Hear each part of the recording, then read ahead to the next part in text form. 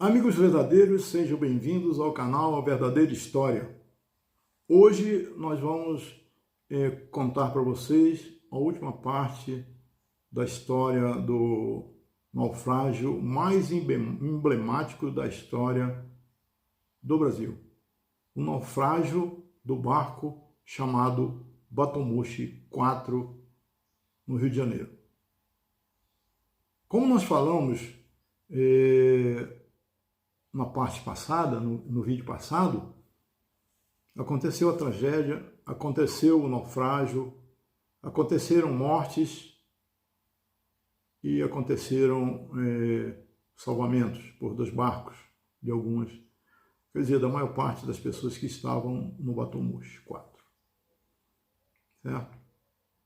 Eu não preciso repetir aqui para vocês como fazer para ajudar o canal a continuar existindo, né? Nós temos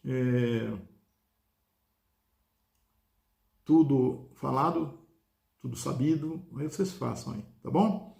Então, depois da tragédia, dias depois do naufrágio, enquanto acontecia um barulhento processo causado pela comoção popular, certo? A comoção popular, o povo ficou muito indignado com o acontecido, com a ganância das empresas responsáveis pelo barco e com o pouco caso das autoridades que deveriam fiscalizá-lo, o Batomushi foi içado das águas da Baía da Guanabara, do fundo da Baía.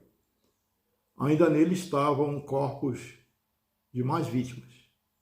2 estavam na cabine de comando. Um era do corpo do comandante, Fábio.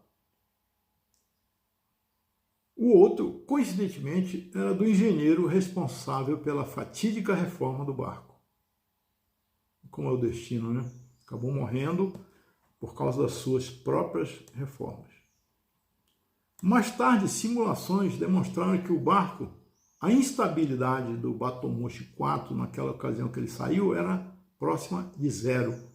Ou seja, com aquela estabilidade que ele tinha, ele poderia tombar ancorado. Mesmo no porto, ele ancorado, com a pouca estabilidade que ele tinha, ele poderia afundar, ele poderia virar, certo? Então, é como se diz, não houve um motivo para o naufrágio, houve vários. Um descaso, uma negligência, um desleixo. Mas praticamente ninguém foi punido, apesar da emoção nacional pelo acontecido. Isso apesar de muitas evidências de ganância e negligência. No primeiro julgamento, o juiz responsável pelo caso resolveu concentrar as acusações no mestre e no engenheiro do barco. Olha só, o juiz, no primeiro julgamento, não. Concentrou as acusações. Não, o responsável é o mestre, o responsável é o engenheiro do barco, do Batomushi 4. Só que, coincidentemente, nenhum deles poderia ser punido porque eles tinham morrido no naufrágio. O mestre e o engenheiro responsável pela reforma, como você viu, morreu. E o juiz concentrou as acusações nele e por isso ficou, né? A sociedade exigiu, o povo estava indignado. Exigiu um outro julgamento. E esse acabou condenando, o segundo julgamento, acabou condenando 3 dos 9 sócios do barco por homicídio culposo. Vocês sabem, homicídio culposo é aquele que a pessoa fez, teve as ações que quis, mas ele não pretendia matar ninguém. Então, homicídio culposo é aquele que você não tem intenção, né, de prejudicar ninguém. Quem são os 3 sócios? 2 espanhóis e um português. Beleza. O que eles foram condenados? Foram condenados à prisão em regime semiaberto. Ou seja, eles poderiam passar o dia fora da cadeia. O que aconteceu fora do presídio? O que aconteceu? Pouco tempo depois, os 3 fugiram do país. Provavelmente os espanhóis foram para a Espanha, o português foi para Portugal. Ou seja, na prática, ninguém foi condenado, ninguém foi punido. Tá? E aí, como dizem, né, que o naufrágio do Batomushi 4 revelou outra tragédia. a tragédia da justiça brasileira, tá? Porque deixou um fato desse, apesar da comoção popular, apesar de ter provas de negligência e de ganância, praticamente ninguém foi condenado, né? Os sócios que fretaram o barco, tinham os sócios, donos do barco, e tinham os sócios da empresa de turismo que fretou o barco. Um dos sócios morreu logo depois da tragédia.